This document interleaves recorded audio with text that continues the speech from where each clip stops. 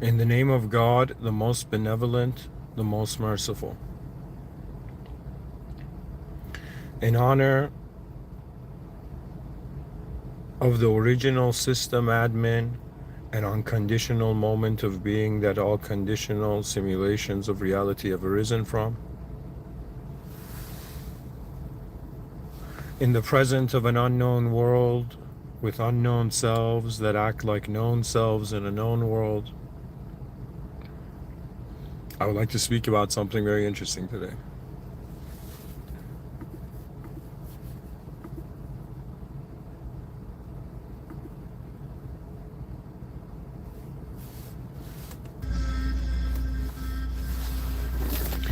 So, dear viewers, my fellow species, I was talking about the unknown the other day, and somebody, accused me of the Dunning-Kruger effect.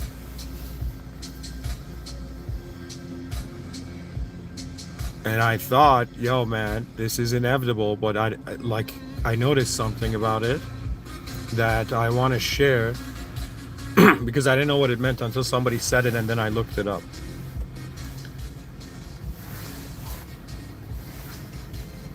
So this episode has a research component. I'm going to explain the Dunning-Kruger effect.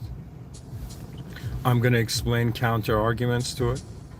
I'm going to explain to you how when a human being or any human being on earth frames another human being or accuses another human being, they are projecting their inner realms onto the outer realms of another, and they're trying to make their inner realms, they're trying to make the other person actualize in their inner realms.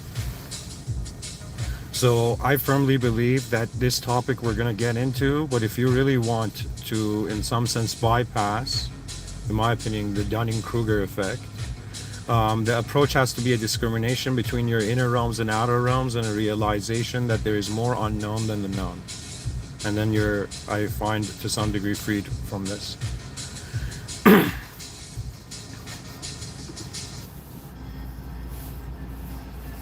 So, let's dive into the research component.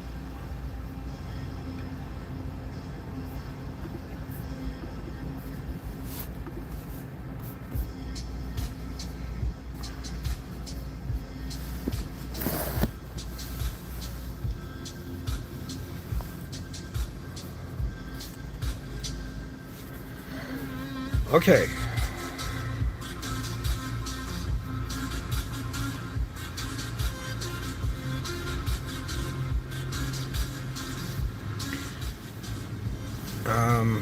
Sorry guys, hold on, I'm trying to...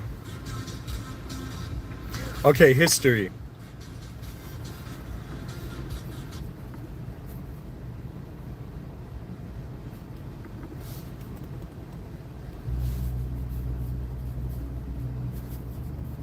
Alright. So folks, I'm reading this. This is ChatGPT 5.2. This is a interesting idea, but it's also, this is my firm view, that all of us are living in a world where human beings are identifying as ideas, and so people are going to see other human beings in different views, different angles, and they're going to assume they know the other person. But in reality, the Dunning-Kruger effect is a testament. It's like pointing everybody to be humble, but that humility applies to the person shouting at someone not being humble. It's equivalent to like somebody being like, yo man, you're not humble, but they're not humble either. Do you understand? So it's an application to themselves. But is that other person actually humble, or is it in this person's view that that person isn't humble, for example? What's up guys? Welcome to the chat. So let's read this, guys. We're going to start with the history of this topic, this concept, the Dunning-Kruger effect, how the Dunning-Kruger effect came about. The Dunning-Kruger effect comes from a 1999 paper by psychologists David Dunning and Justin Kruger. They were inspired by a strange real-world case. A man robbed banks without a mask, believing that rubbing lemon juice on his face would make him invisible to cameras, because lemon juice is used with invisible ink. He was shocked when arrested. This raised the question, how can someone be so wrong and yet so confident? Dunning and Kruger ran experiments where people completed tasks in logic, grammar, humor, reasoning. Afterward, participants were asked to estimate how well they performed. What they found, people who performed poorly overestimated their performance. People who performed very well often underestimated themselves slightly. Their conclusion was not that low performers are stupid, but that the skills required to perform well are often the same skills required to accurately judge performance. Okay, this makes sense. Like I'll explain. We'll go through the research component. I kind of want to like jump in all the time in the middle of the research, reading the research component, but anyway, okay. It says the skill required to perform well are often the same skills required to accurately judge performance. If you lack the skill, you may also lack the ability to recognize that lack. Now we go to the second one, academic explanation. Academically, the Dunning-Kruger effect is about self-assessment under uncertainty. In simple terms, when someone is inexperienced, they don't yet see complexity. Because they don't see complexity, they feel confident. As knowledge grows, awareness of uncertainty grows. Confidence drops not because ability dropped, but because awareness increased.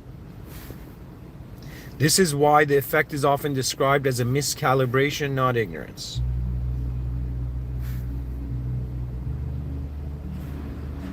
Yeah, you know, it's like somebody who hasn't been to skydiving, or I mean, skydiving is a bit daunting, but let's say somebody who sees somebody do a backflip. Okay, let's say you watch a video and you see somebody do a backflip, okay?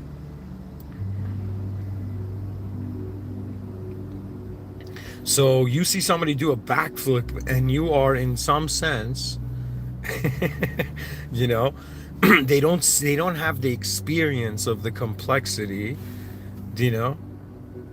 And then it says because they don't see complexity, they feel confident because they don't know what's ahead. You know, it's like, yeah, man, climbing out Mount Everest, it's nothing, bro. I climbed the hill up, like, you know, in the park beside my house. You know what I mean? You know? So it says as knowledge grows, awareness of uncertainty grows too.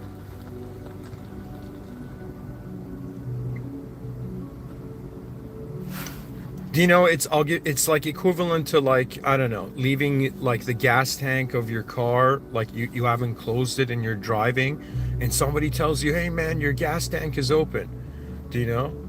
And you don't even check. You're like, nah, man, you know, it's so what it's saying is the reality you engage with, you grow with that reality. If that reality you engaged with doesn't acknowledge something in at first, then it's not gonna access it later on, something in those lines. Anyways, let's keep reading. It says, this is why the effect is often described as a miscalibration, not ignorance. Modern psychology emphasizes the effect is context dependent. It varies by task, feedback, culture, and personality.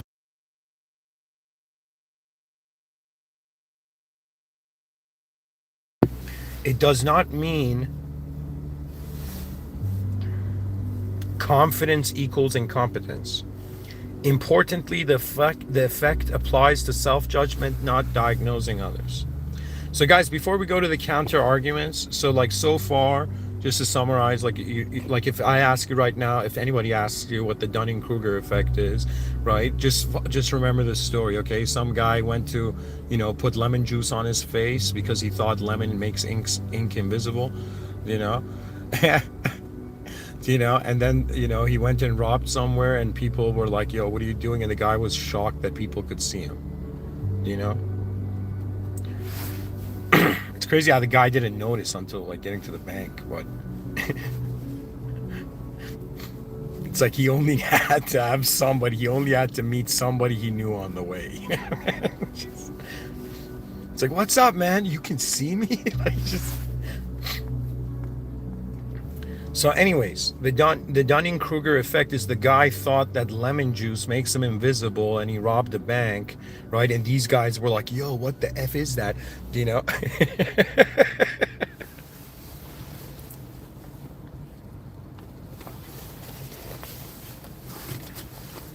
So anyways, okay, this dude, these guys were like, holy shit, you know, people are, I don't want to explain, I want to leave my own explanation at the end, okay? I'll share, I'm going to keep reading. We're going to go now to the major count. Okay, mate. Okay, actually, maybe this is the time for me to explain it in my view, because then we go to the counter arguments. Okay, this is how I see the Dunning-Kruger effect, okay? I personally, you know, I was raised like all of you to acknowledge reality in a certain way, but through my own experiences, I came to a realization that it's completely different than how we're all conditioned into.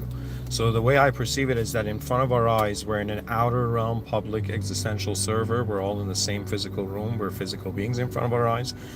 Behind our eyes, we have access to our inner realms. There is access to a non-physical reality, and who you really are is not your body, is not your communication, it's not your ID.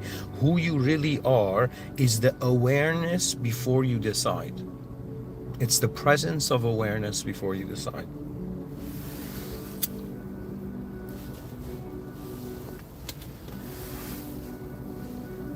So I see outer realms and I see inner realms. If I tell you right now, close your eyes, imagine what you ate yesterday, like hovering in there before you went to eat it.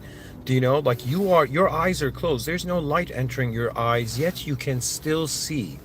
So human beings have access to inner experience, and the outer realms doesn't treat that inner experience as accurately as it's present, because it's impossible. Because what I'm trying to tell you is that we are all in one outer realm in front of our eyes. There's one outer realm, but behind our eyes, everybody is in their own inner realm, which is another way of saying the world gives you the shapes, you fill it with meaning, but that's your meaning. Do you know? And another human being will be born and they will look at the same shapes and it will arise into a different meaning for them. Okay. Now the thing about the Dunning-Kruger effect, okay, I could see that in the argument, the reason for it is more like an emotional one. Do you understand? The person feels they know. But so many, like, how do I say it?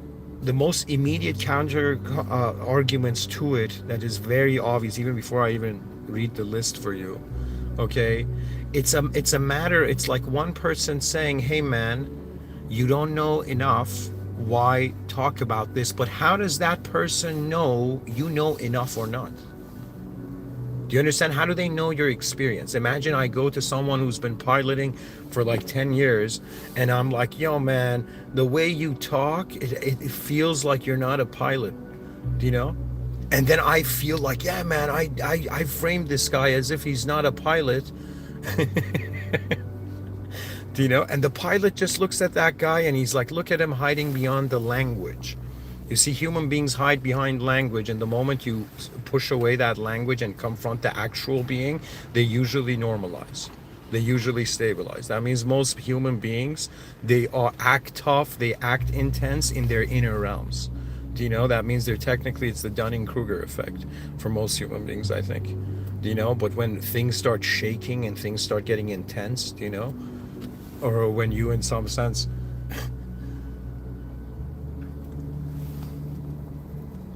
anyways, if the Dunning-Kruger effect is saying, this is what I see personally, like if somebody is saying, yo man, you know, you don't know enough, how does that person know enough to say that sentence?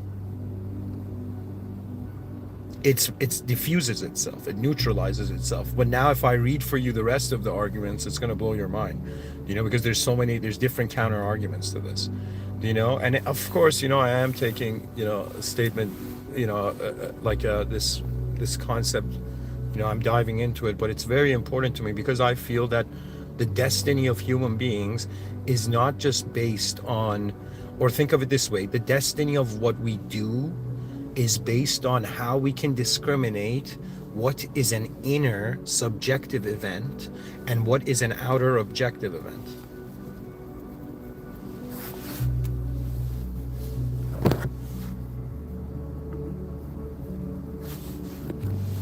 There can be so many counter arguments even made to the notion that reality, that existence is existing, you know?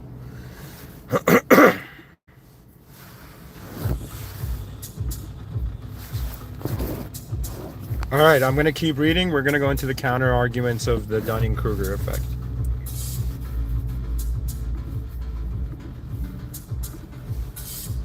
Major counter-arguments and critiques. Over time, researchers raised serious critiques.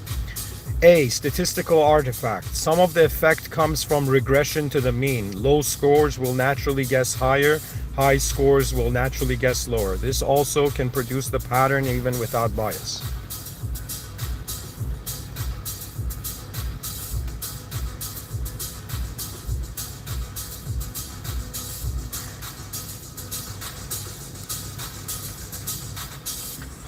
Okay. That means it's kind of, biased by like the average. Low scores will naturally guess higher. Yeah, people with low scores, they think that they did better. High scores will naturally guess lower. So this can produce the pattern even before the human bias. That means like one counter argument is like, bro, in average this is this. It's not the effect is not something on it. It's like, how do I explain it? It says this alone can produce the pattern even without bias. So just the fact that the average is this can suggest like that's the pattern. Then we go everyone B. Everyone is bad at self-assessment. This is the second counter argument.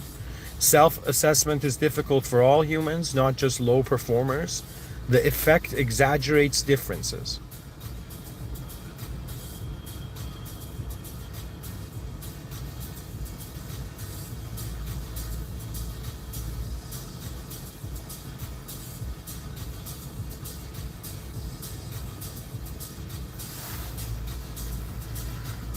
Then we go to the third.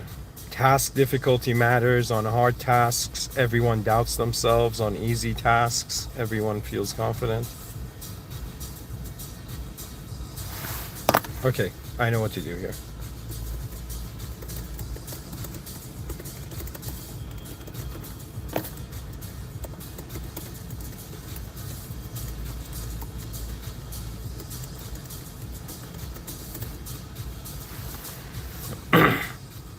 Okay.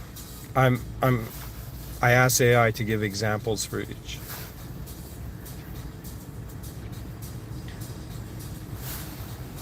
It says some of the Dunning-Kruger pattern happens because of math. So the first argument, it's a math illusion, not psychology. When people guess how they did, people who did badly tend to guess higher. People who did well tend to guess lower. This happens even if everyone is being honest. A simple example is, imagine a test scored from 0 to 100. Someone scores 20, they guess 40. Someone scores 90, they guess 80. Now, it looks like bad performers are overconfident, good performers are underconfident, but this can happen without anyone being delusional. It's just people guessing toward the middle. There we go. That's a good way of, okay. Why this matters. Some researchers say part of the Dunning-Kruger effect is created by statistics, not ignorance. So just the claim of this effect, it could be statistical based. Counter argument 2. Everyone is bad at judging themselves. So that means somebody can come and say, yo man, you're not a good person, but they don't realize like the same thing applies to them. That's the one thing I didn't realize. I actually learned this from my brother. He had understood this when we were younger. It took me a while. But I call it putting a mirror in front of people. Some people, they act tough. You put a mirror in front of them, then they get scared of their own reflection. Or it was an emotional reaction. Their toughness was just a emotional response to the moment rather than actually thinking about what's going on. And in order to, I think, properly think, that means if somebody tells me who are like the most smartest people on the planet, I'll be like, whoever is the most patient. The patient ones get to see more before they decide. Patience is a virtue because you saw more, you accessed more before you decide. You saw different angles to the moment before you chose one angle, right? Or the best angle.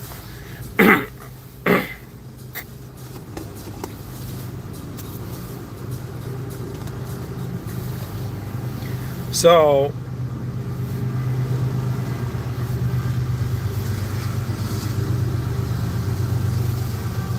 I'll just go through the counter argument, the second counter again.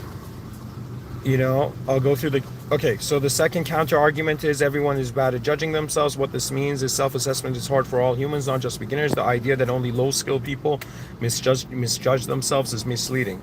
Simple example, think about driving skill, communication, emotional intelligence. Most people think they're above average. That's impossible mathematically, but very human. Why this matters? This means the problem is not ignorant people don't know they're ignorant. It's humans are generally bad at measuring themselves. Okay, so it's like someone who's bad at measuring himself goes to someone else and says, you're bad at measuring yourself. And they think by saying that they are in a higher, like some sort of higher, accurate ground,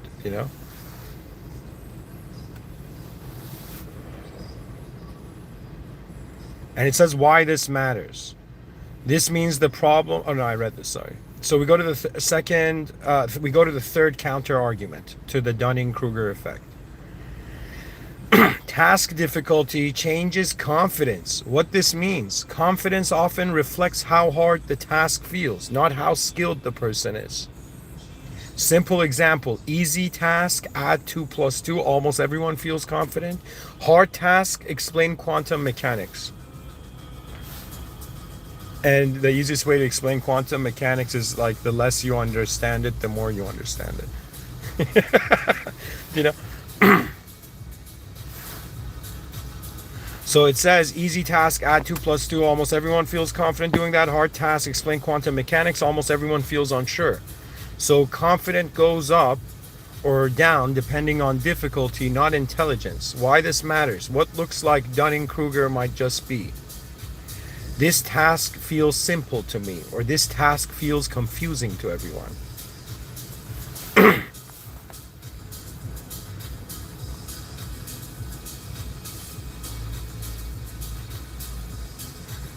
That means some people might think like, yo man, this guy is assuming he knows more about a topic, than he's talking about. Of course, we're in an unknown world and it endlessly changes, and how many countless views are there? Nobody knows enough, but aside from that, it's the whole point of it is it's saying that sometimes you do things because it's simple. It's not because you're assuming you're better than others.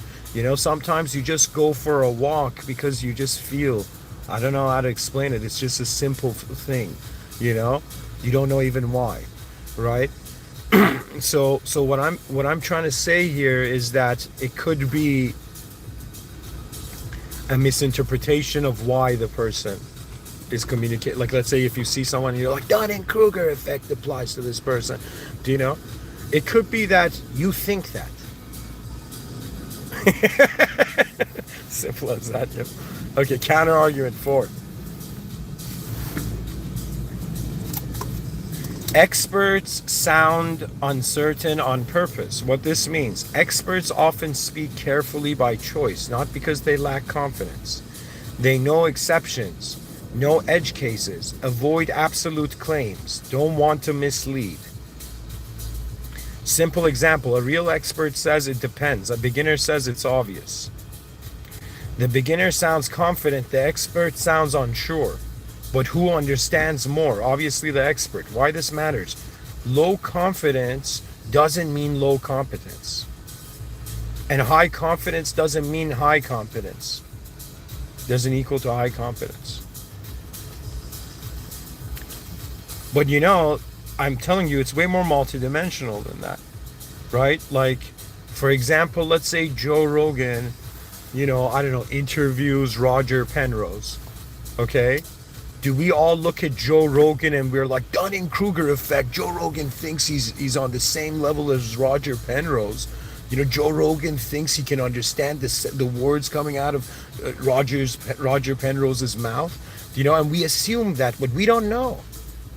Who knows? Maybe Lex Friedman taught quantum physics to Joe Rogan. Who knows? Do you know what I mean? So you don't know. It's the easiest thing. Sometimes the easiest. Let me tell you. Sometimes when this is what took me a while to realize, but I finally realized it.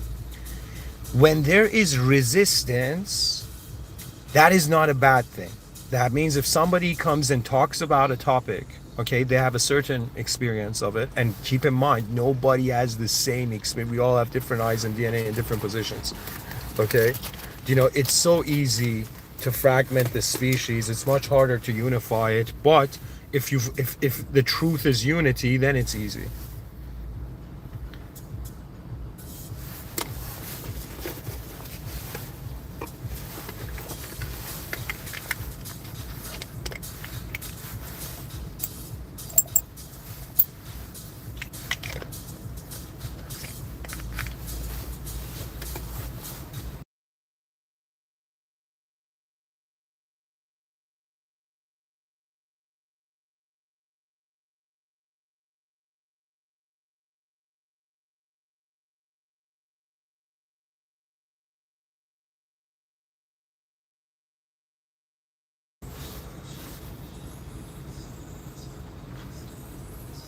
So the fourth counter argument for was experts sound uncertain on purpose. So that means, the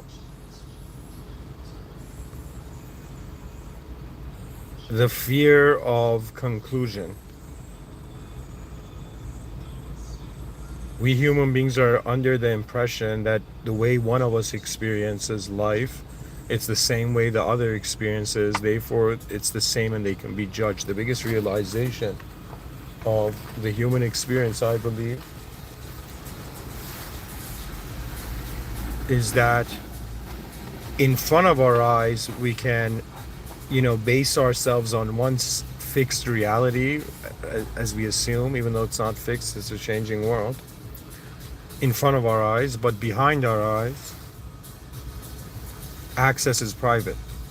So think of it this way: your body is accessing reality publicly, your mind is accessing your body privately. Your soul is the whole moment where your body and mind perform.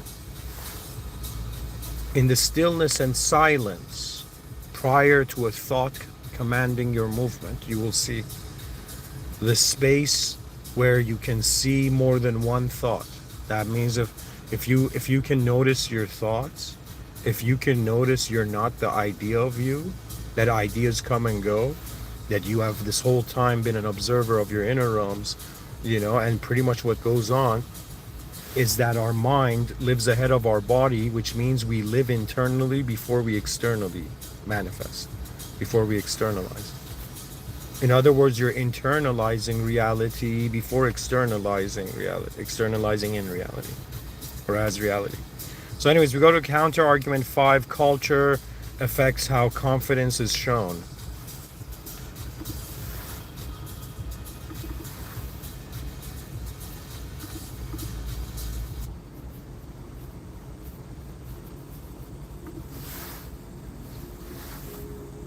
What this means: different cultures express confidence differently. Some cultures reward speaking boldly, reward certainty, reward assertiveness. Others reward humility, reward caution, reward understatement. Simple example: two equally skilled people, one speaks confidently and directly, one speaks cautiously and modestly. Only the first sounds confident, but both may know the same amount. Yeah, like you have like Messi and Ronaldo. Ronaldo speaks confidently and directly. Messi is more cautious and modest. But they're both great players. They both understand the game, and that's the thing. Nobody can actually know how much of the game you're accessing and seeing. They can assume out of their, insecurity drives a man to, hate himself through others,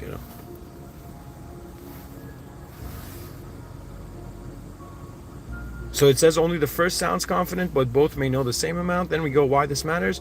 What looks like overconfidence may just be cultural style, not ignorance. That means just because, let's say, somebody comes and talks about humanity, talks about the advancement of civilization, and talks about the future, people are like, yeah, man, you're not an expert on the future. Why are you talking about the future? I'm like, buddy, it hasn't happened. And what we have access to in the present is probabilities of how it will happen, and those are worth talking about. So I'm telling you, man, I'm getting tired of these, people. I'm sure there's more than one. I experienced one of them, but I'm sure there's more. All these people, all these Dunning-Kruger effect freaking, oblivious.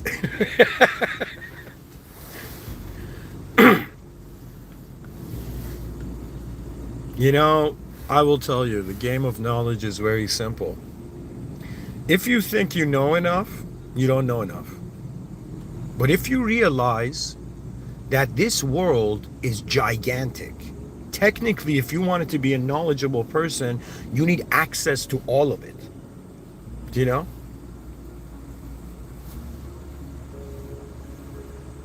Imagine on the solar system, in our solar, I wrote this in one of my sci-fi, Legend of the Crowded Solar System.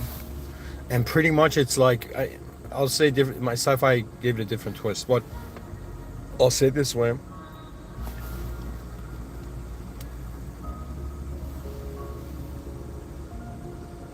Imagine every planet.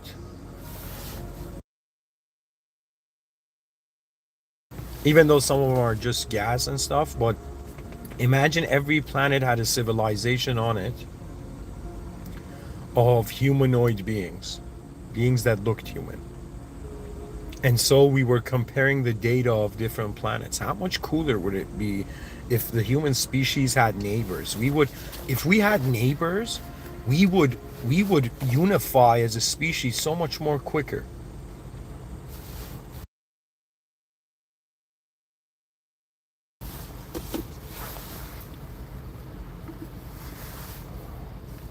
Okay, anyways, we go to counter argument 6. Motivation and emotion play a role. What this means. People sometimes sound confident because they want to protect self-esteem. They want to reduce anxiety. They want to stay motivated. This is emotional regulation, not ignorance.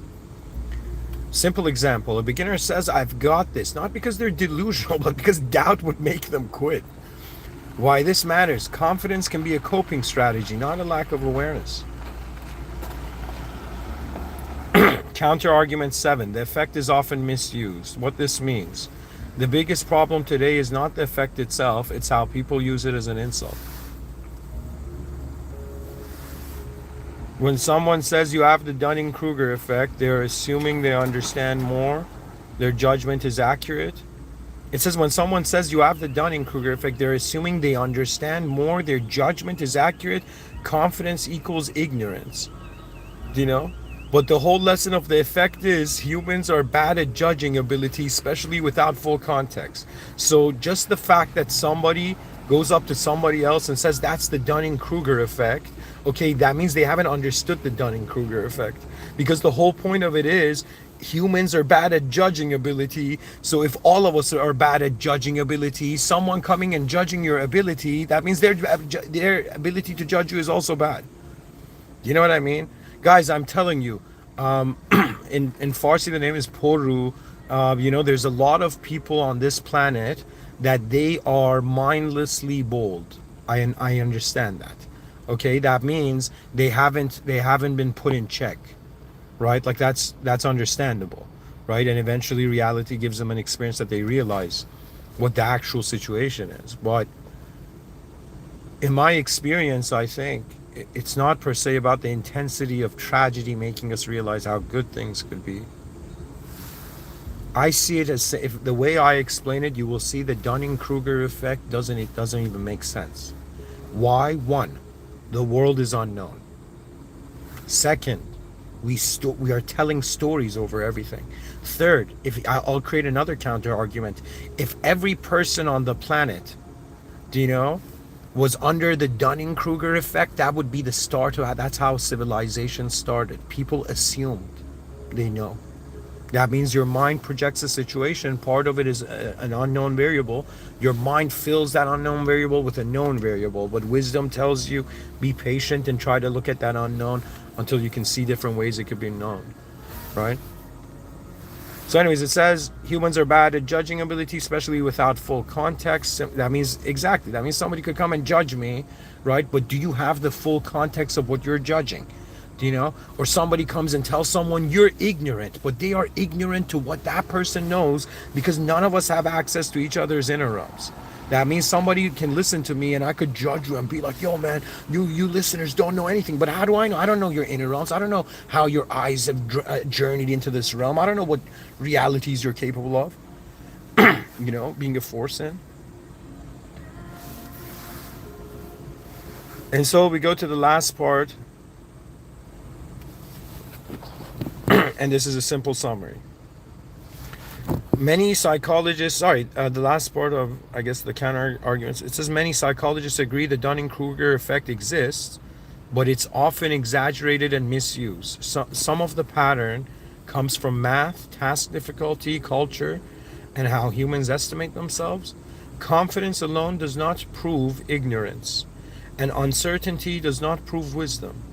Most importantly, using and vice versa too, guys. You know, most importantly, using the Dunning-Kruger effect to judge others carries the same risk the effect warns about, assuming you understand you understand more than you actually do. So this is the bizarre thing about the Dunning-Kruger effect. Do you know that it's saying that you shouldn't assume. It's saying that the Dunning-Kruger effect is someone who's assuming they understand more than they actually do, but you can make that claim for every human on earth that has ever existed.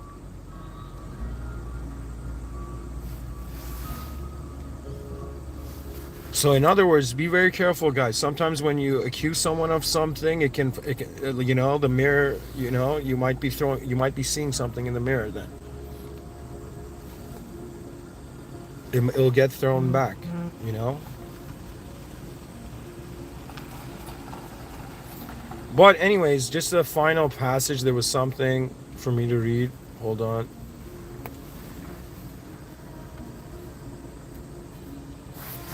Then we go to, okay, the most advanced view. The most advanced view today is this.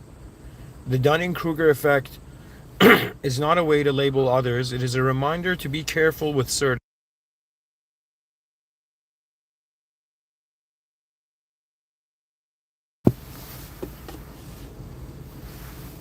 Modern psychology treats it as a lesson in humility. Confidence does not prove knowledge, quiet does not prove ignorance, and certainty does not equal truth. Most importantly, when someone says you have the Dunning-Kruger effect, they're assuming they understand more, which is exactly the risk the effect warns about. So yes, the effect can apply to the accuser as well. That's why serious psychologists say use the idea inward, not outward. Very interesting. That means you can't technically accuse somebody else of the Dunning-Kruger effect because you don't know, you don't have their experience, but you can accuse yourself. So the Dunning-Kruger effect, I think this concludes it very well, that it is in something to not apply externally to others to feel powerful than them or something, you know, or to somehow stabilize your own psyche in that moment. You know what I'm telling you? Apply it to yourself. That means before, you know what this means? That means if I see someone, let's say, talking about quantum physics, okay, before I say, yo, this person doesn't know anything about quantum physics, I don't like this person, you know, I don't like the hat they're wearing too, you know, subconsciously, maybe that's the reason why I'm saying this, you know, for example, I'm saying, you know, but I'm telling you that sometimes the most easiest healing, like if somebody was like, yo man, where could I find a curriculum of healing? It's about the problems you see in others being in yourself. That's your checklist. That means if you're someone, and let's say you're like, yo man, you know, let's say you're a parent and you're like, why are these kids so loud? Do you know? And you think the problem is because of them, right? But the realization here is before you put the weight of the problem on others or the weight of your own instability onto someone else, put it on yourself. Accept it, feel the weight of it. Do you know? That's what I'm learning. That's what I was afraid of my whole life. And now, you know, gently after 30 years, I'm like, you know, gradually learning, you know, that it's okay to stand, you know, in moments that are more intense than your identity. It's okay to have the weight, you know, That means the ultimate approach is actually playfulness. It's like somebody telling you, yo, man, you have the Dunning-Kruger effect, you know?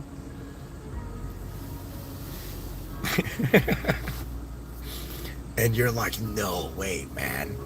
This whole time I thought I had the Dunning-Kruger cause, you know? Like,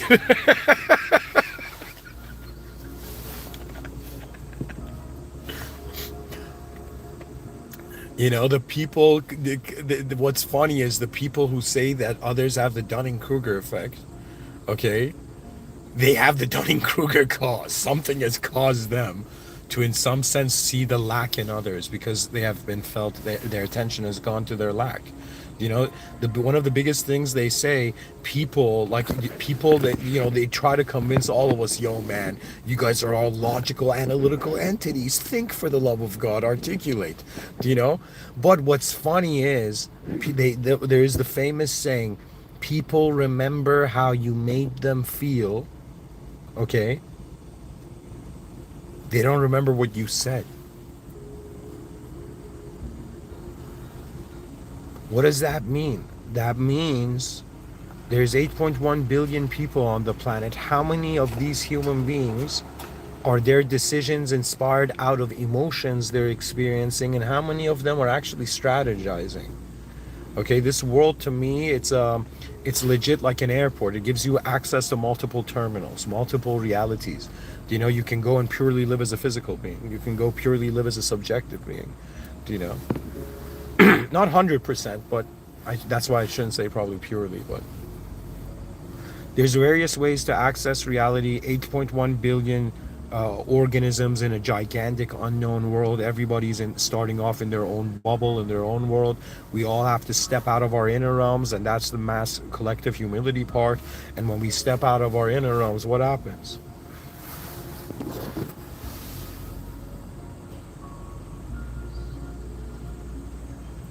We get to see the world, you know, because I am telling you, we are, it's if we are, if our species was honest, the first answer is I don't know, then the second answer is everything we see is true. But I don't know doesn't mean, it means from that moment you can't see. Do you know?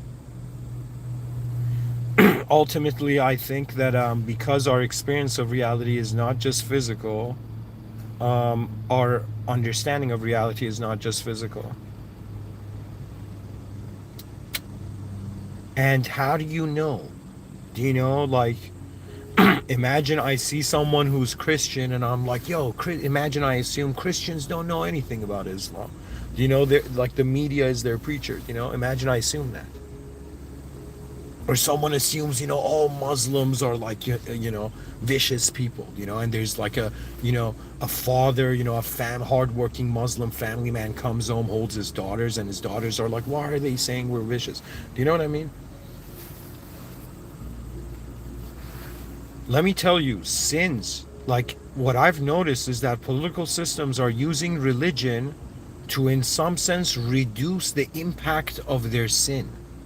Do you know that means there are those who sincerely are called towards a higher reality, a higher order process, a higher order event, a higher order moment, and then there are those who are like, yo, man, this is a good outfit, let me wear it, and then, you know, be able to, you know, how do I say it? You know, we're living at a time where, you know, in the outer realms, like people's inner realms and outer realms are different. You know, I'll give you an example.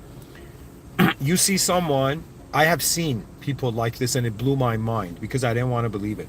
You know, I remember seeing someone who was a very beautiful person externally, and then when they began speaking, when I saw where their mind was starting from or what they were looking at, I'm like, yo, this is a very ugly being, most likely a test for human beings. You know, because in the Holy Quran, in Islam, it says that humans are used to test other humans by the divine. Okay? Right? But ultimately, you're being tested on whether the simulation is more real or the original after. or the original presence of reality. So my final, I would say, like if somebody tells me, hey man, what's your most advanced view on life?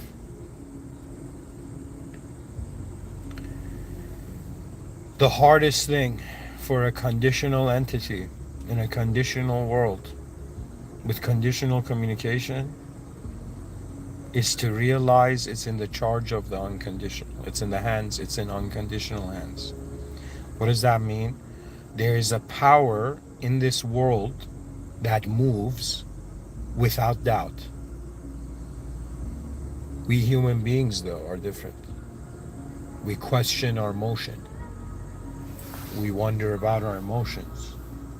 We ask ourselves how far we see and how far we can go. And we're all here for a little while, and it's bizarre because, like, there's 8.1 billion humans. It's only up to us. We're the only ones here who can build the advanced civilization, right? But everybody's living in their own reality. You know, it's hilarious. People are like, yo, man, I'm going to work really hard. I'm going to start a family, and then I'm going to build a generational wealth that will, in some sense, go to my children, grandchildren, you know, and great grandchildren. And after that, I won't be alive to care. That's all I need to care about. Wrong. You need to care for where everyone ends up. Do you know what I mean? Do you know what it means to be human? Right now in the world, okay, there's let's say messed up people and there's like decent people, okay? And we as human beings are like, yo, the decent people are like, the messed up people need to stop, and the messed up people are like, yeah, decent people, stay naive so we can use you, you know? But they don't realize the solution that will stop World War III, that will prevent humans from destroying each other,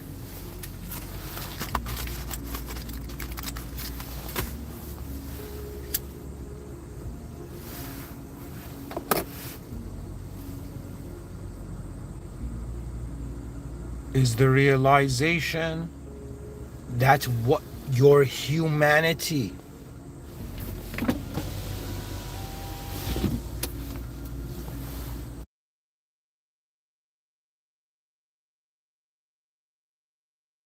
is more important than the ideology. That means if two people are fighting, you know, and somebody, let's say they're breaking something, or imagine like, how do I say it? Imagine two people are like fighting with bats and they're circling around someone's car. And the guy in the car is like, not my car. You know, it's just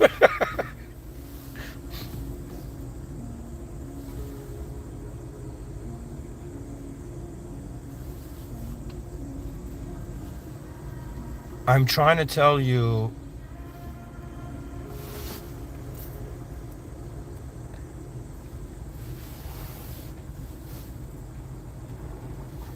what will unite the human species is an honor for the species itself. This is what Mr. Within, as a human being born in 1991, is asking of the species. How many of you will hear? I don't know. We don't have that many options. Either we live for our own world, the world we individually specifically see. Either we live for the greater world that we see, or we live for the world beyond what we can see. Okay?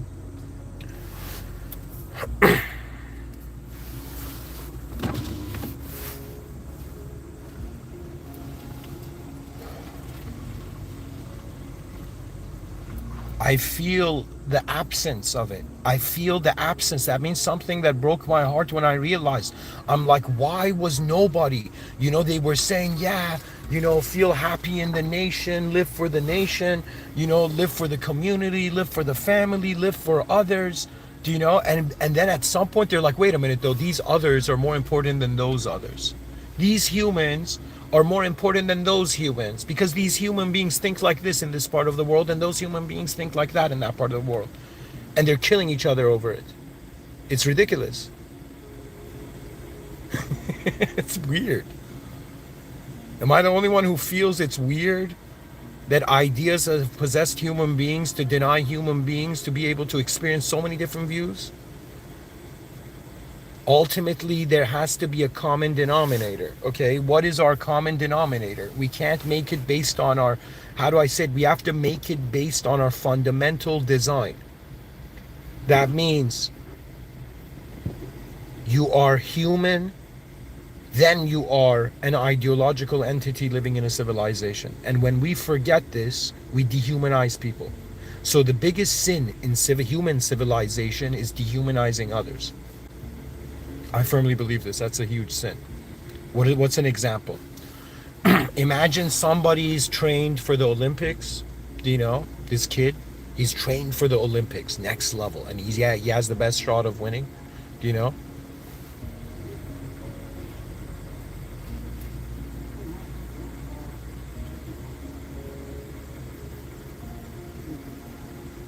and imagine like his father or mother or some relative or some messed up, trauma, you know, a full person comes up to this guy and dehumanizes him. You know, he had this human vision of being an Olympian, and the person's like, "You're nothing, man. You were always nothing. Don't even think like this." It's like, you're trash. It's like you don't understand. It's not complete dehumanization, so the person doesn't even feel human anymore. But it's dehumanization of how that person in their inner realm saw they could be human. And I do understand there is a hierarchy, and I do understand like everybody's fighting for the same microphone, but a part of me feels that it doesn't make sense that I care for myself, I care for my family who are also humans, and I care for, let's say I don't have kids, but let's say I care for my grandkids in the future, but then I don't care for everyone else. I don't care for the world we're all living in. Everybody's living for their future self, but they're not living for the world of their future self. And what it means to be human. There's this poet named Sadi. I'm going to read you his poem. Okay? This Persian poet. This Iranian poet from like 800 years ago.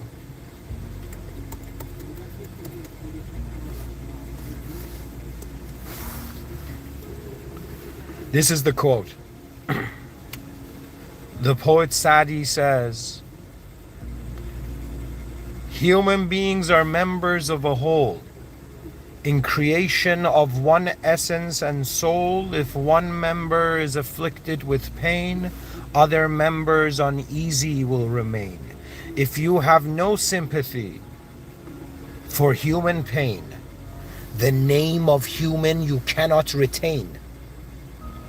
800 years ago. That means if you see other human beings get hurt and it does nothing to you, okay, one answer is you've been so conditioned and desensitized. The other answer is you are forgetting to be human. Be human first in this world. Human beings are not here to be gods. It doesn't make sense. It's like a CEO, how do I say it? It's like the janitor, somebody like mopping the halls of a company as the janitorial service. And in some sense, imagine, how do I say it? It's like the CEO going and being a janitor, and then everybody in the company being like, "You got more important stuff to do, bro." Do you know what I mean? But I don't know how to explain it, guys. I'm trying to tell you that it took me a while to realize, if I'm thinking that my specific upbringing and conditioning and culture and everything, because it's more familiar to me, is correct, and it doesn't let me see that there's another human being. That means it doesn't matter if it's Muslim, it doesn't matter if it's Jew, it doesn't matter if it's Christian, it doesn't matter. Guys, you're all humans, raised in a part of the world, but you have been programmed culturally differently.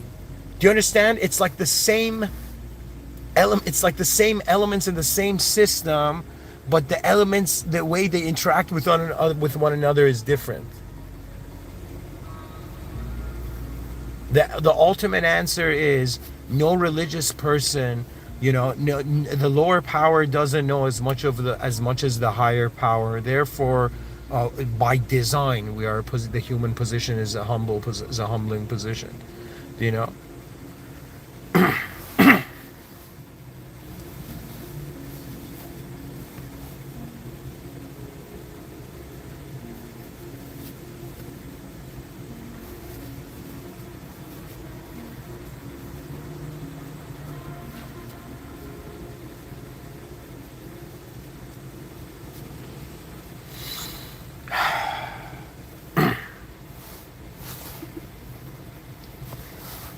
So more than ever, I've made the leap.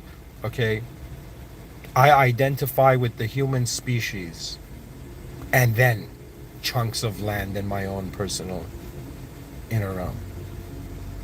That means there's humans behind the ideas that dehumanize humans to each other. That means, like, I realized something so fascinating about how world peace can happen. Do you know what is a circumstance, a situation where a Muslim, Christian, and a Jew can peacefully build something together? Do you know what's an example of that situation? It's legit another dimension added. That means if you just treat the person if you just want to, how do I explain it? Like,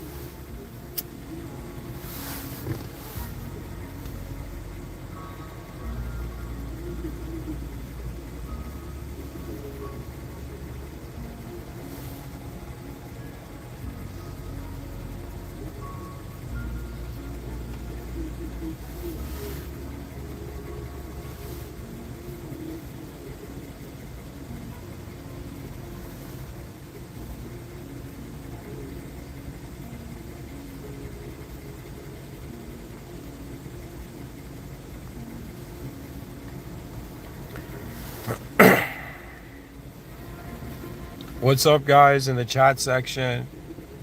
I don't know if people are talking to each other in the chat section or talking to me. Sometimes it's hard to tell, but how I've been is I've been dealing with an intense surrealism and a realization, this bizarre realization that if we do not see humanity first, humans will destroy each other, as we see happening. And you know why I think politics is an interesting thing, so right now,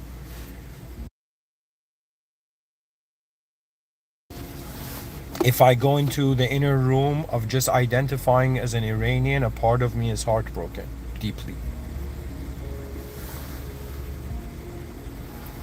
Of what's happening in Iran right now.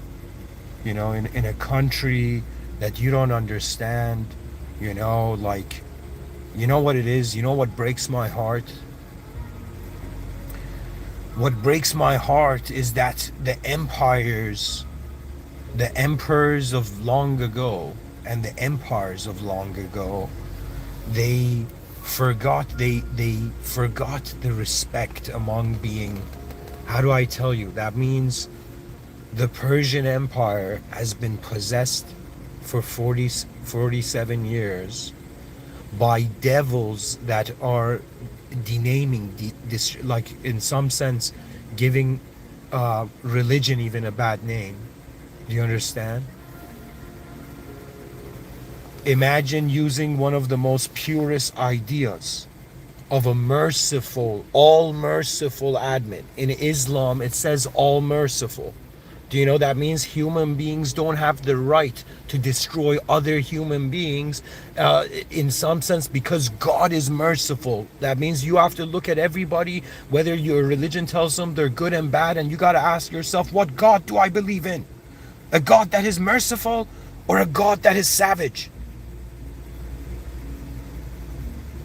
And if God is merciful, what does that mean? And this is a very complex argument, because most people, when they hear that God is merciful, they're like, no, why is there so much war, chaos, and messed up stuff happening? And I would say It's like the same way of saying, imagine your parents solving all your problems. Do you know?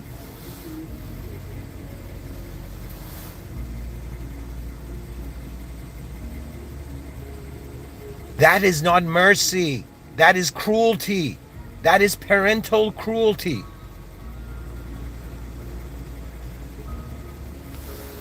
That means part of God's mercy is the freedom to actually use your life force and go see what the outcome of it is in this world.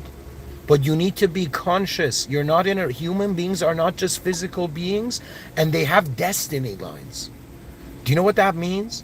That means somebody in one moment can be seen as the opposite of what they will become, what they are meant for. If you saw me when I was 11 years old, you would have seen just a quiet kid.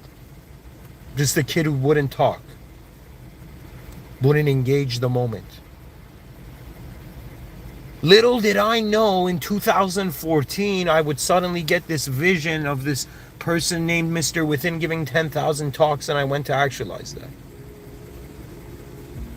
And I've talked so much that at some point talking is just rhythm to me. It's just inner realm being translated rhythmically.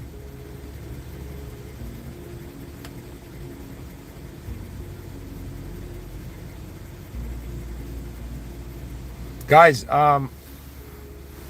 yeah, thanks for listening. You know, the whole point of it is, you know, even kings got scolded by sages. I'm not even kidding. You don't know how many examples there are. You know, there's the example of Prophet Musa, alayhi salam, peace be upon him. Prophet Moses was commanded by the system and the world host to go to Pharaoh and be like, you're nothing, bro. You know? But the actual something is here, you know.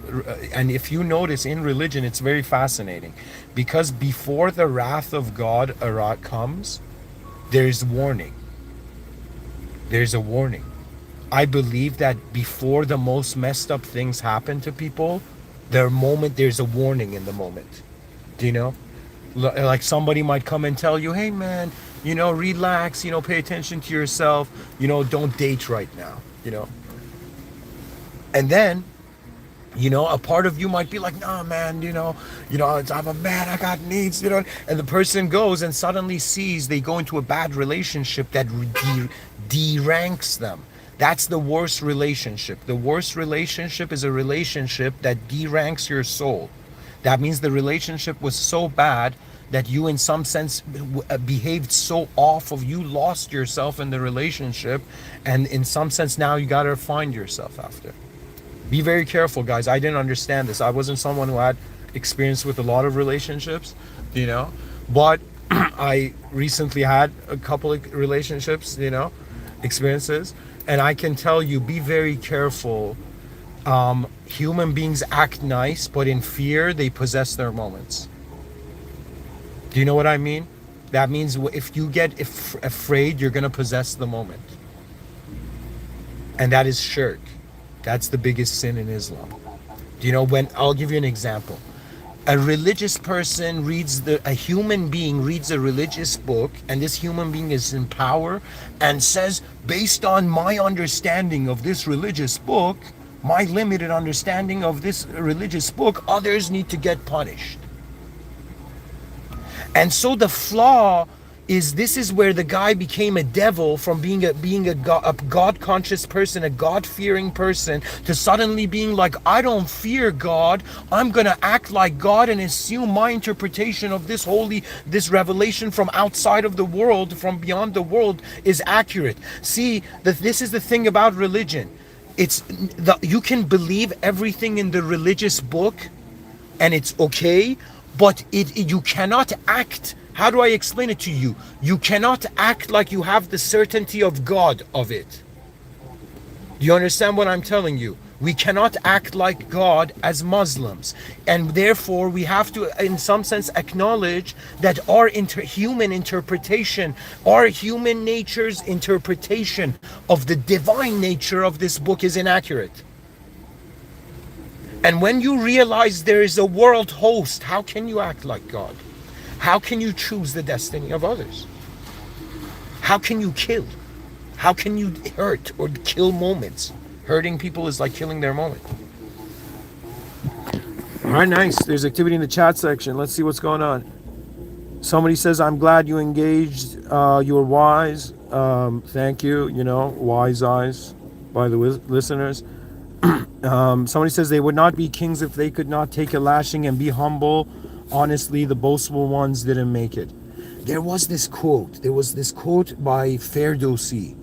Okay, I posted on my Instagram. It was like this quote by Abul Qasim Ferdowsi, who is this next level Persian poet who wrote this book called The Book of Kings, Shahnameh. Okay, and in it he says, those who become a king must have the humility of a slave. That means that back in the day, if you wanted to be king, that means you were caring for everybody in the kingdom. That means it didn't matter if there was a slave in your kingdom. That slave, if a slave from another kingdom was attacking that slave, or another kingdom attacked that slave belonged to your kingdom. You don't understand. Kings were kind of like an ego, protecting like a bunch of other egos being able to be simpler egos. You know? So I agree with that. Yeah, humility is key. And then somebody says, this is so true. I almost lost myself in my reactions to a tough relationship where the person was very mean. I saw myself becoming them, and that woke me up. Wow. That's okay. First of all, that's very advanced. And you know, this is what Friedrich Nietzsche says, you know, be careful in fighting a monster, and you know, you don't become a monster yourself, or he who looks at the abyss too long, like the abyss looks back at them. That means, like, if you really, like, this is something that's happened to me actually. You know, I've been wondering about the nature of reality. In front of my eyes, I realize we are conditionalizing. It's like we're using the conditions of language. We're translating sight into words, and then the inner realms can use those words to generate new sight. You might not believe it. People don't get it. Reading or even listening to my talk, or listening at all to anything happening that is not happening from your own intelligence, is fascinating to humans, I find. Do you know? One of the coolest things is like seeing, like, I don't know, for me,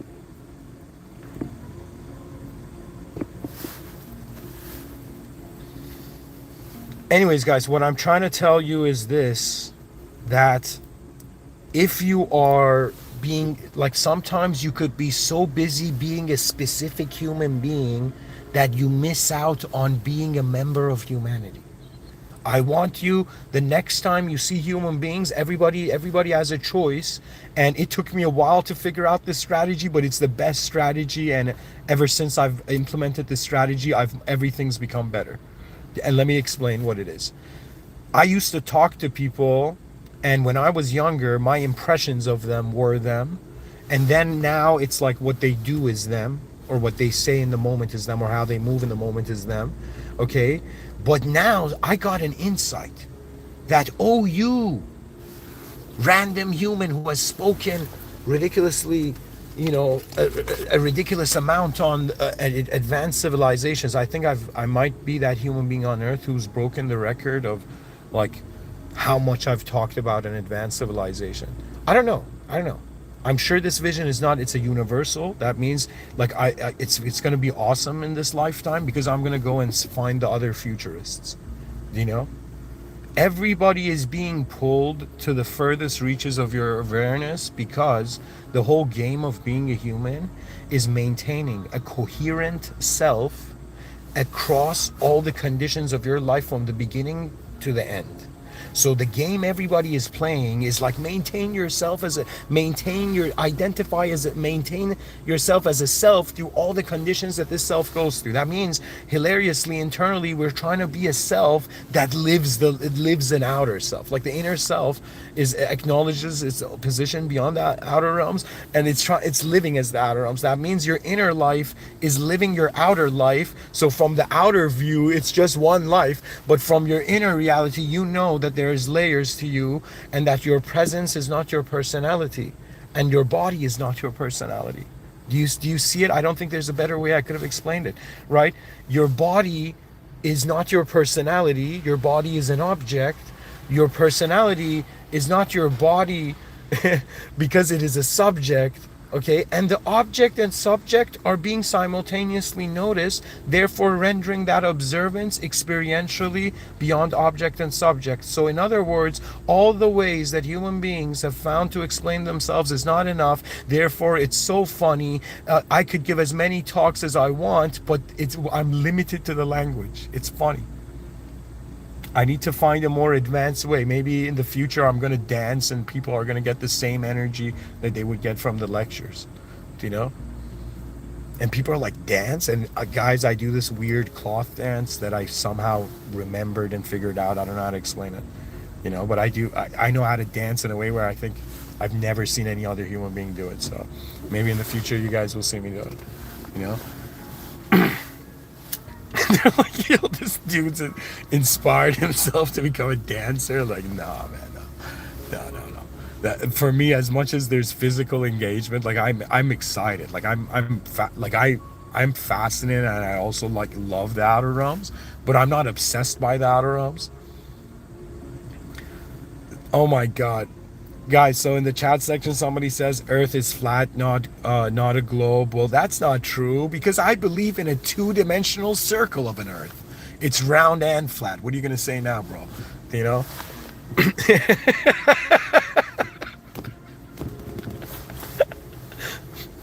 Do you know, it becomes breaking news?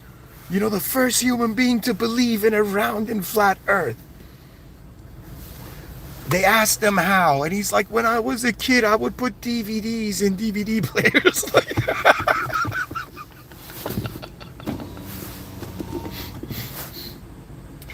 Whew. Oh man, what are we all gonna do in this unknown world as unknown beings acting like we know everything?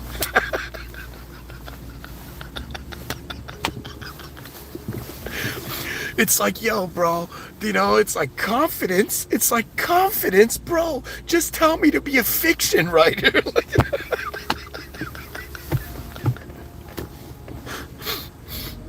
Oh man. So guys, you know, you know, I don't want to brag, but sometimes I'm so confident, you know, that I just want to not be confident to see the other side.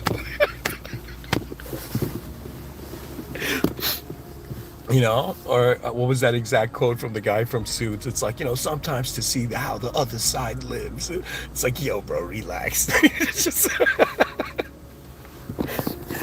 sorry, guys. I don't know. This is some funny. I don't know. Talking about a flat Earth, you know, and a round Earth, it makes me cry and laugh at the same time.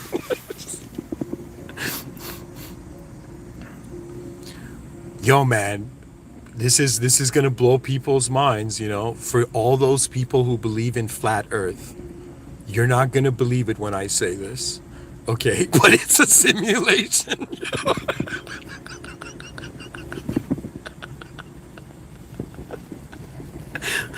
They're like, what's the shape of existence? And some dude's like, existence, bro? Get real. Oh man. Ah, God bless random people in YouTube chat sections. All right. I need to calm down. Wow. I hadn't laughed like that in like a day.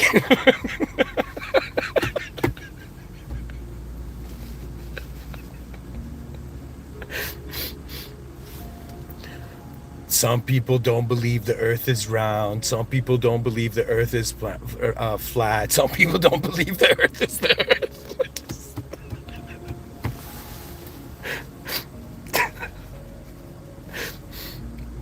Oh, man.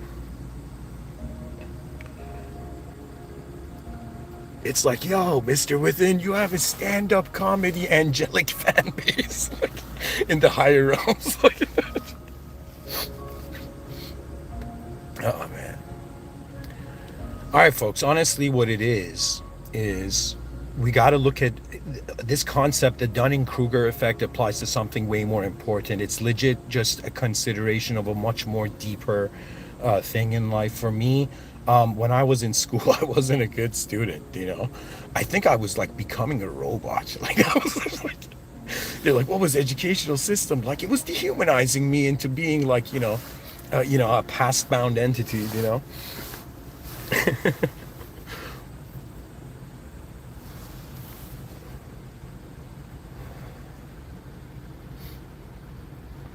And guys, I just thought, I should never get into politics. I'll be like the silliest politician.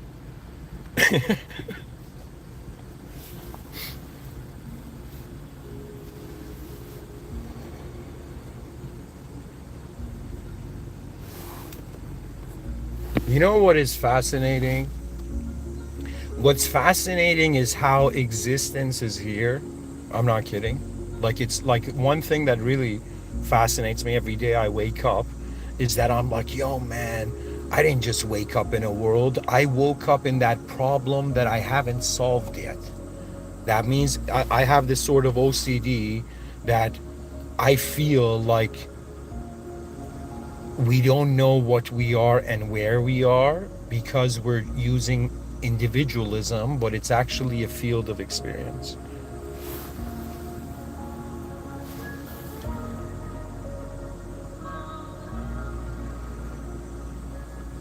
Yo, somebody in the chat section says you come here to attain moksha. I don't know if they're talking about my chat section or the world, but let me tell you, no, there's something far superior than moksha. Moksha is still a game of yourself. That means you're still the main character.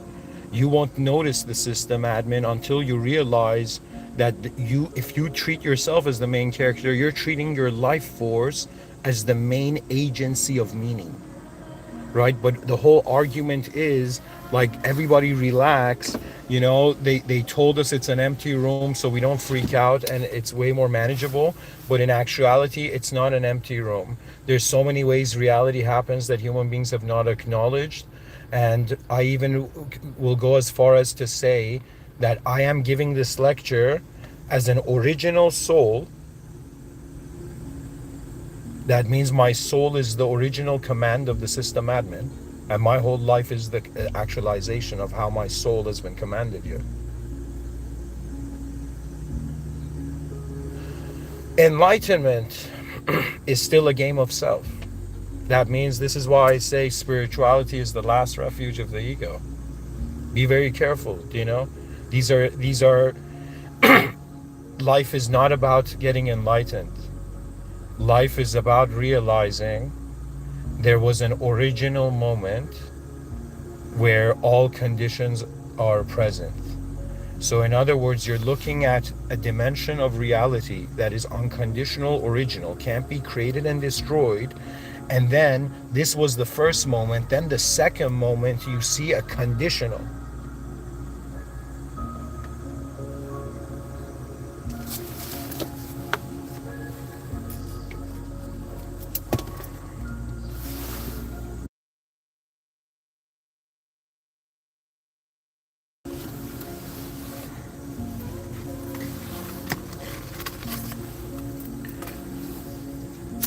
Imagine it's like this, guys. Okay, imagine I can't humanize it, but this is a close way of approaching it.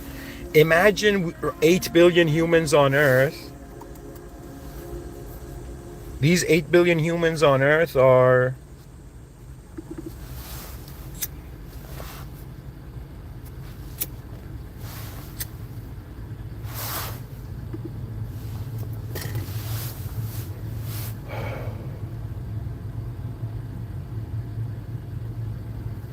Imagine there's a company. This is very abstract. Don't take this as absolute. I'm just sharing a perspective here. Imagine there's a company called Existence. Imagine, the interview process was already done. Okay, yeah, the interview process was already done, and you were an employee. Okay, so you're in this company called Existence, and you start off as an employee. Okay, and in childhood is training. Childhood is they're giving you training. Do you know? Adulthood, which begins when the prefrontal cortex is fully developed, and that's why 18 is the age of an adult. And this is why intoxications and drugs and all this stuff shouldn't be touched until after your prefrontal cortex is developed. Do you know? So be very careful, kids. Culture can destroy you with culture. Culture takes more than it gives. At least now, in Civilization 1.0.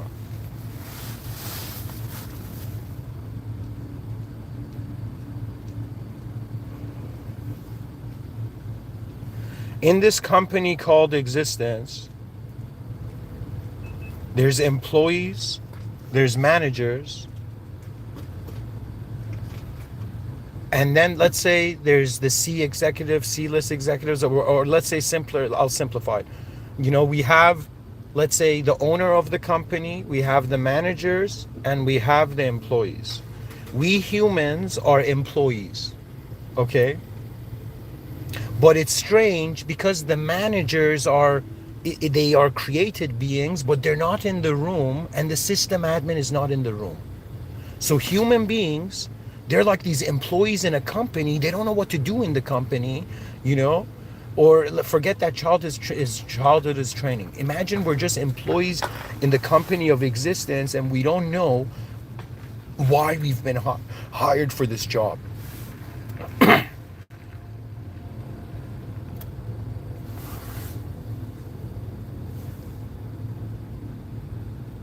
We don't know why we're hired for this job. And, people, and let's say there's some people who realize the managers are on the second floor. Imagine you got to do like some spiritual meditation stuff to notice the sensitivity of other dimensions, And so, like, some people are like, yo, man, if the employees can't figure out what to do, the managers maybe should. Do you understand? So I'm telling you, this is the metaphysics I see so far. There's a system admin that is the owner of the company and is in a room that is outside of the room that all of us are in. Then there's the room where the managers are in, and in some sense, the employees are in. But the managers are invisible to the employees. And some employees realize they got to go to like the second floor and they can meet the managers. Okay, but the issue is there's one of these managers, and we don't know what power, we don't know its true jurisdiction of this manager, true ability of this manager. Okay, but there's one manager that doesn't want the employees, to become managers, doesn't want the employees to improve.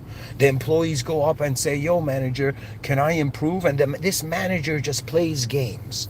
And in some sense anchors the employees to their lower selves. And then there are other managers, but they have, let's say there's somebody who's like, can I speak to another manager? And then you have an archangel manager, for example.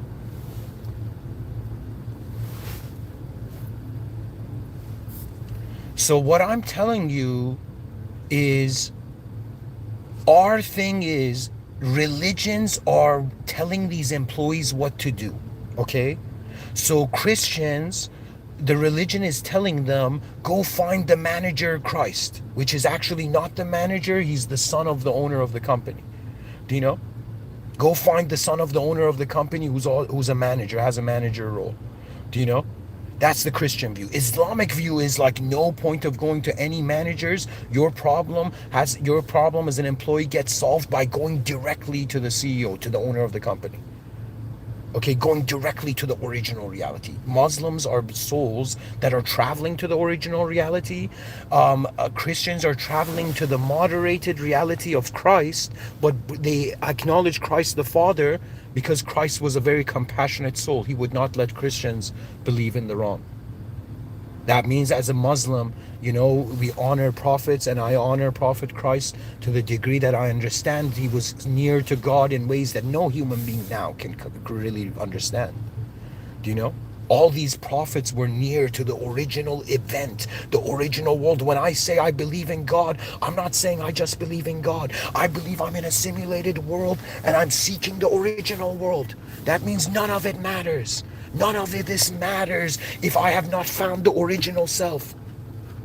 But I've realized the original self is in the jurisdiction of the original world. That means it's a higher game. That means to be human is like still level, like maybe level 2. Level 1 is being an unconscious, like a looping animal. Level 2 is being a human. Like imagine level 3. You realized you're not just a human. You are a member of the human species. You are one of the original natural biological humans. And granted, we are in this linguistic cyborg relationship where like a person is not just an object, they're also the idea of them. Sure, but we are still natural. Technology is not moving in our veins yet.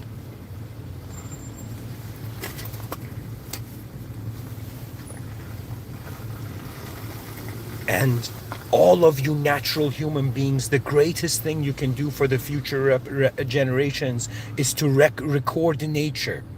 Do you know? Which means like natural actions. Do you know? And bring these into cyberspace. That means like, I might have to contact like the company GoPro and be like, yo guys, let me run a marketing campaign for you. That every human being on earth should record nature so that the future generations, when they are slowly forgetting what it means to be natural, we pull them out. You don't understand. Being alive on earth, if you truly see the future, if your mind has ran forward and into the future a couple times, you don't understand the most important thing we can do in the present is right the instant that the future generations are constantly born in more and unnatural environments, inner environments, cultural environments. That means it becomes more easy. There's going to come a time where there's going to probably in the future, be like human beings marrying androids. Children who used to go to their parents, like a daughter went to their father, like in a film, in a TV show or something, and it's like, yo dad, can I get a tattoo? And the father's like, no, daughter of mine's gonna get a tattoo. And so in the future, it's going to be like, Dad, one of the kids in school, was in a car accident and became a complete android kid, and he's smarter than everybody and is the best kid we've ever seen. And he says he experiences life 1,000 times more informative than we do, millions times unfathomable to us. Like, Dad, I want to be a robot. And imagine the father's like, no, daughter of mine is going to be a robot.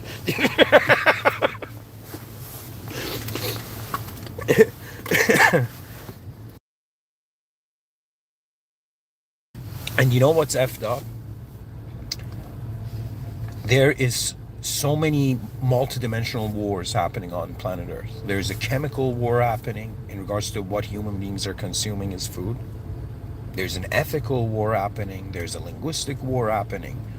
Pretty much when I say war, that means, like, let me tell you, if they start World War III, I'm gonna then, like, do you know what it is? That means if these world leaders mess up and they start World War III, and there's just a time limit before extinction, that's when I will pull all the curtains, hiding all the wars taking place on Earth. I will ask God for that power in that moment. And if the system admin wills, maybe it's not my soul might not have to go and be that archetype and role in that moment. Maybe there's other souls, but who knows? All I know is that you're telling me this entity in a natural environment that was in the food chain. Yeah, cool, it stepped out of the food chain, but now its behavior and communication are so unnatural that it is forgetting. That means it's so bizarre. You know, I'm a human that's born in the city and raised in the city, okay? And I can tell you that it took, like, I've been in nature, of course, you know what I mean? But I'm telling you that it took me a while to be like, wow, the only natural thing in my house is me. And it scared me because it wasn't my house, it was the whole society and where civilization is heading. That means you don't understand. In the middle of individual egos being like, yo, I don't like how you talk to me. You know, I don't like you said that. You don't understand what's happening behind the scenes. They're stealing nature from nature itself. But it's not they. It is not that the greatest enemies of mankind are manifest. That means if, you know, if I was like, I don't know, in the future in a sky city, walking my, you know, invisible cat with an invisible leash, and a group of aliens came down on that Sky City park, and they're like, I don't know, you were the closest human being around, you know, and let's say, I think in the future I wouldn't have a pet cat. I would have a pet griffin, like a mini griffin or something. You know? As a Persian guy, like. But imagine those extraterrestrials come up to me and they're like, we're gonna invade your species. What are you gonna do about it?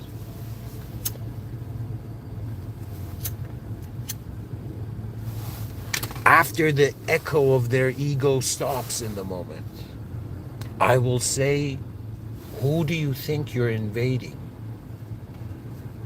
That means if legit, like I was in that situation where legit an alien overlord came down and was like, we're gonna invade Earth, and I was like, whatever I said was like representing the human response to them, that's what I would say. Who do you think you're invading? Do you know? And I would say, answer. Do you think you're invading humans? Do you think you're invading a planet? Are you an entity that is only that level evolved, that you don't understand that all these physical beings you see have endless presences in endless dimensions instantly? That means just because one dimension, do you know what it is?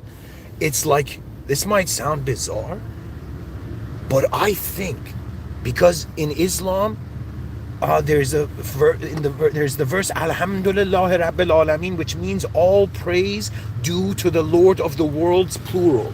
It means the world is plural, worlds, plural. It's the Lord of all worlds, okay? In Islam, God is the system at the unconditional original moment that has commanded all conditional moments of manifestation. It's the origin of all commands that are now being entities and the world itself.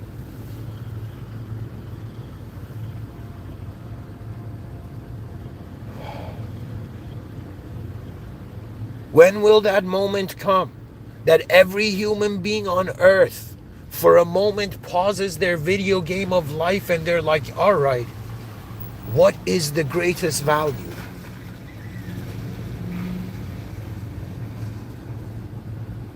What has the furthest reaches of my awareness discovered?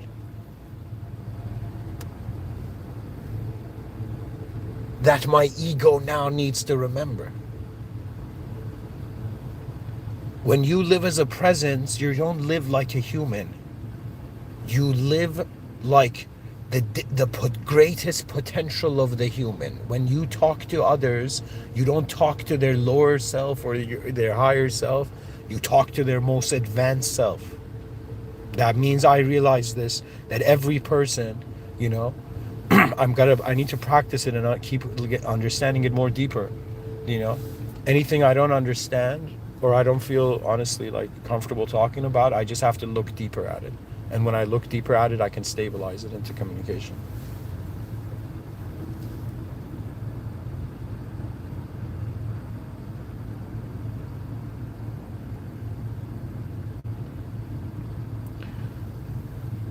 So, for example, people are being rude in the chat section.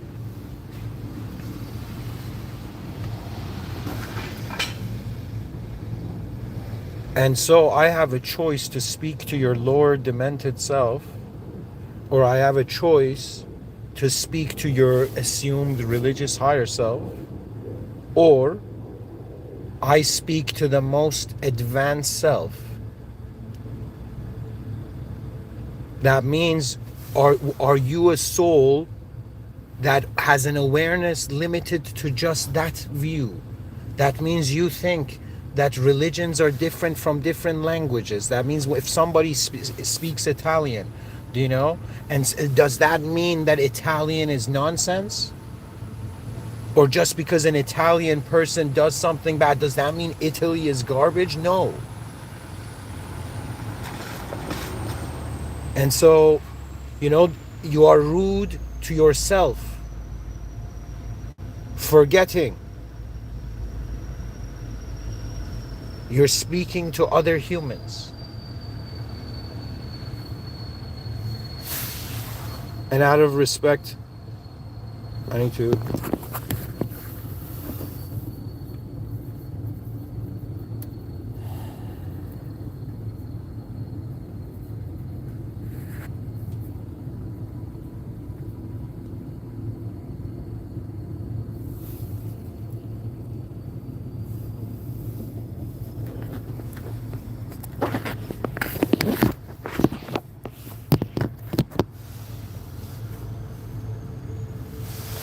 being rude to the greatest idea known to human consciousness, that truth is beyond the conditions of reality.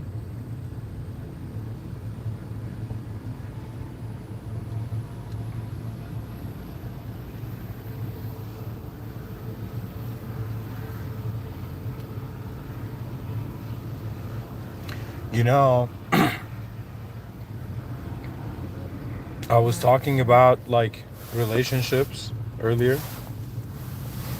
and how a person who allows the environment to, how do I explain it? If you allow the ignorant to change you, you don't just lose yourself, you miss out on your clarity.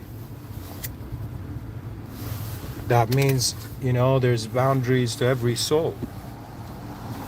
Ignorance is tolerated until wisdom arises. There's so many different human beings, and we have the universal freedom to communicate and do various actions. Do you understand? That means from one angle, the global culture is saying everybody's free to do whatever. Then from another angle, no, some actions are right, some actions are wrong.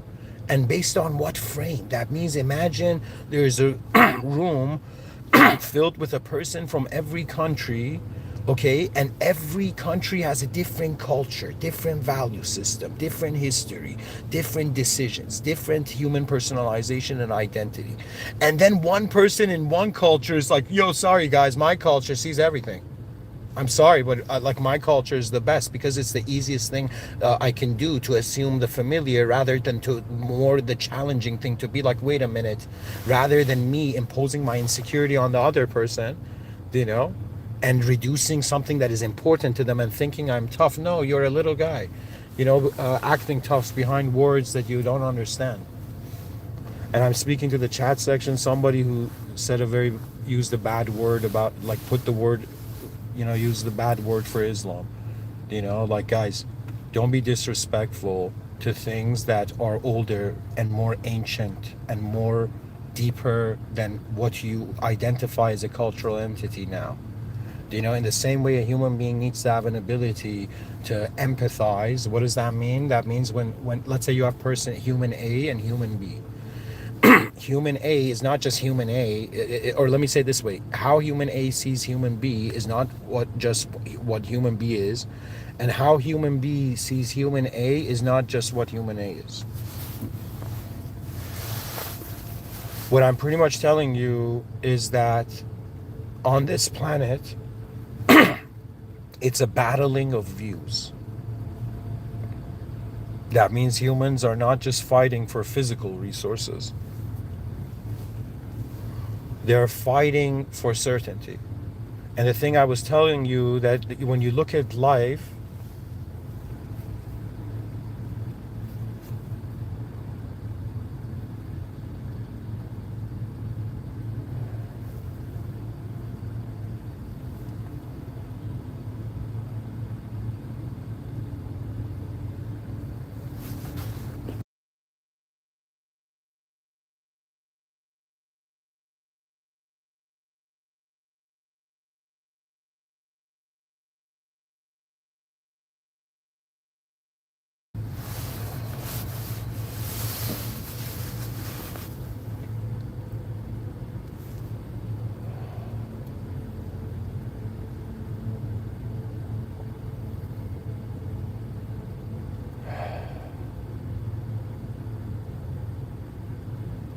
we are members of the human species. When I look in the mirror, I see a human being. So I know that my destiny has to do with the human idea and human vision. We are all humans. That is very important. And the fact that we're not all clones is very important. And I don't agree with an ideology cloning everybody, like a garden. God has not created a garden so that all the flowers are the same. There's so many different kinds of plants in the same garden, do you know? So many different ways of life, do you know? And we're all like, technically being human is like being a flower, just like how we say there's a flower, but every person's DNA makes them a different flower, a different human. And the point of it is not all these humans and these different humans have to all exist in the same reality, and they're beings that communicate and they're aware of space and how they can move in it. Where I'm getting at with this is I am telling you that sometimes a person gets, like, it's not that a person is rude, the easiest thing for me is to say that person is so rude. I'm realizing that but from another angle, it's a human brain that was capable to grasp that much.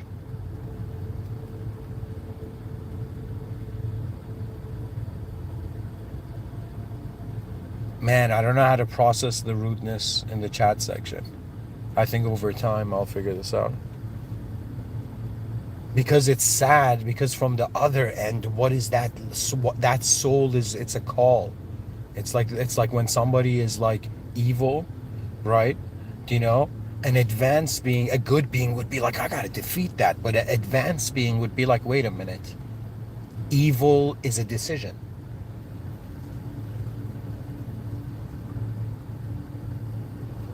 Can that being make other decisions? Technically, God has also given free will to, I believe, Shaitan. God could have been like, no, Shaitan, I'm not gonna let you be a test for humanity, But God, the system admin, was like, but moderator, I'm gonna give you freedom and jurisdiction, to test humans, to test human souls.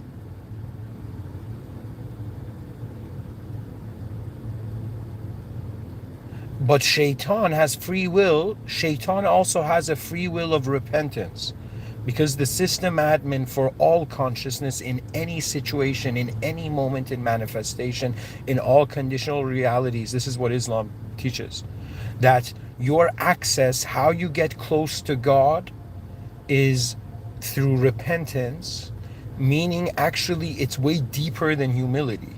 Okay? It means a part of you realizes that the emptiness, the void, the nullness of reality is there for a reason beyond how the human understands now. That means I don't know why I'm this human being that decided to talk this much, but I exist now. The value is now. Everything is, at least to my human experience, I'm alive now. I'm alive here for certain years, then my voice does the work. That means what's interesting is that my voice is more eternal than the actual me. So in some sense, they'll be like, yo, look at this human being. The strategy of his soul was to, in some sense, create an army of himself, documenting what was actually going on in accordance to his range of capable access to reality. Because how can I be a good person if I still see the bad? And how can I be a bad person if I still see the good? This is why Mr. Within is saying, be an advanced person. Be the awareness to good and evil and realize they are decisions. Every person right now, I judge you based on your actions. Somebody was rude in the chat section, I don't know, I spent like 5 minutes talking about it,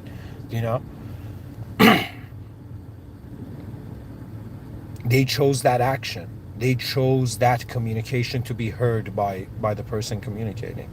You see, I see other people's inner realms. And I know the fundamental truth, as I've repeated it, that to be human, the game of being human is maintaining a coherent self across all the conditions of reality, but also realizing that this self that you're maintaining has a potential that can be actualized in this format now.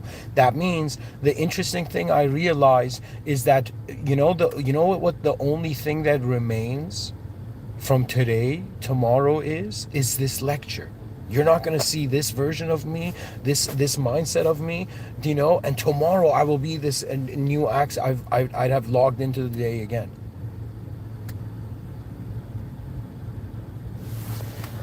Okay, so there's more activity in the chat section. Somebody says, I think best way is to get culture to as many perspectives as possible, always seeking more.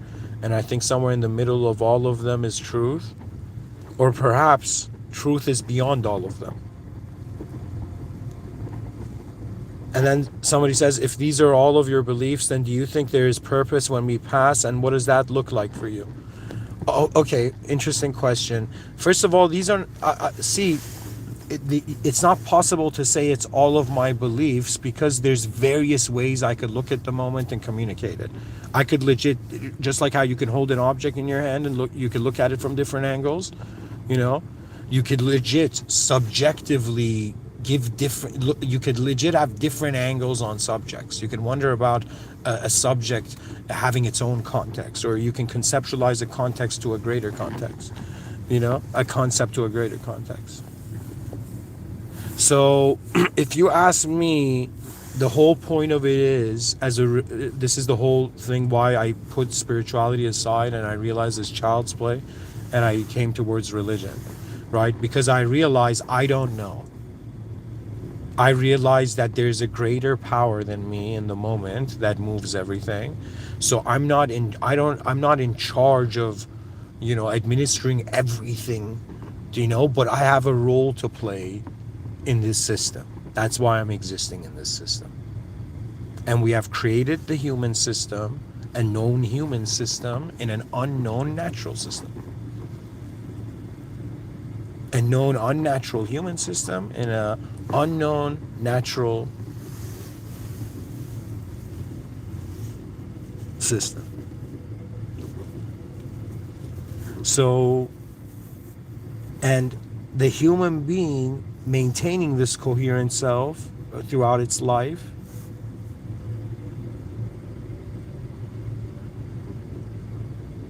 it's responding to uncertainty. That means what the human being, human psychology is pretty much an unknown life force, which we call will, and because we're human, we call it human will. It's like life is trying to stabilize yourself in uncertainty. It's to stabilize the uncertainty of your life as a coherent self that is maintained throughout the conditions of life. So to me, I will say this simple answer to the person asking, what is my view? What do I think there is purpose when we pass? And what does that look like?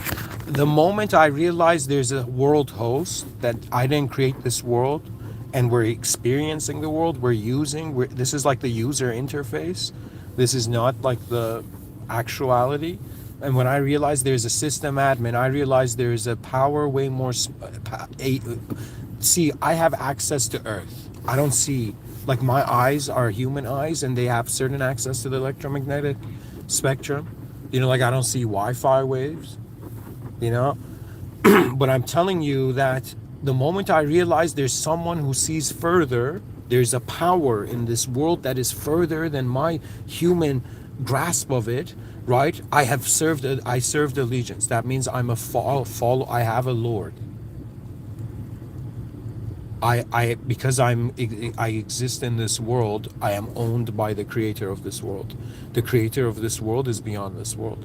So as a being in this world, the way I'm left of seeing it is that I'm a simulated being, and I'm not being tested on knowing everything because I'm too small to know everything in this big world, but in this edgeless, gigantic world, but there's a role to play.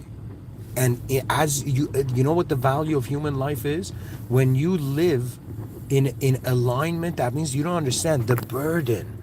I come and give these talks, but deep down, my ultimate resolution is, I know there is something great, that greater divine management going on this planet behind the scenes. I know there is a system admin and a world host, and I know that we are here to play our part. You don't have to understand everything to play your part, but you have to stay true to the original you, because people get it wrong. You shouldn't be honest just because to be a good person. You should be honest to access the original information of your direct experience of reality. So for me, my everything is like, okay, what is my strategy as a simulated being? What is my strategy as, in some sense, an unconditional awareness to the simulated being? So I'm like a being that pretty much is implementing 3 strategies in 3 dimensions of itself. My body is living for the advanced civilization, which is the greatest mercy of the system admin on mankind. My mind is living for the greatest advanced power. Just as a person, you might, like, if they, like, I don't know, I had a feeling that I never could word until now, I guess, right, in my youth, that I feel like, you know how when you're young, you don't know your destiny, but you somehow you have a feeling of it?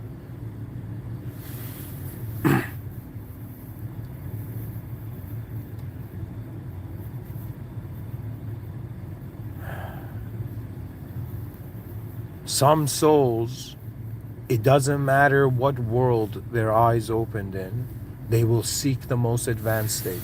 They're called towards the most advanced state and moment of being. That means, when civilization advances, when before human beings make decisions, they're like, what would the most advanced version of me in the most advanced version of the world do? And of course, deep down, the ultimate answer is faith is the final form. What does that mean? That means when you realize this is not man's life, this is God's life. This is God's life. We did not create this world. We did not create ourselves. At some point, we just consciously logged into it. Am I wrong? We logged into this. We were raised into this. But it's a conditional system. There's the human conditional system, overlaid on the natural conditional system. And the natural conditional system is overlaid and actually is not physical, the natural world. It is nodes, manifest nodes in a field of activity. That means the most advanced civilization is the complete responsibility for the whole divine field. But for now, human beings don't have access to the purely just the divine field. They have access to the divine cognitive field. That means we are not just an animal when behind our eyes there's this sophisticated process going on where reality is being copy-pasted, remodified, revisualized in different variations and probabilities. And when you realize you can do that in in reality, you realize you can do that with every moment. You see the differences. This is how you become a polymath. Like if I was to try to teach someone how to be a polymath, okay, it's like, first of all, it's just about noticing that skill is based on an attitude more than it's based on like a certainty of a specific process. That means someone who can paint, they can sing, they can how do I say it right? They can, like, do you understand the art? It's the fast. Let me tell you this. This is the difference between the average mind and, let's say, the polymath mind. The polymath mind doesn't care about talent. The polymath mind doesn't care. This is my firm belief, right? Doesn't care about like, yo, man, was I good or bad? They are fascinated by the depths of the world, and then they are called towards the deep understanding of it. And I firmly believe all human beings have a deep understanding of a principal view that they only have access to, and you can gift the species with it if you choose to share it. You know, that means like today there's one Mr. Within in 2026. In the future, Mr. Within is going to be that archetype with, yo, man, before external reasons lead to external extinction, who are we behind our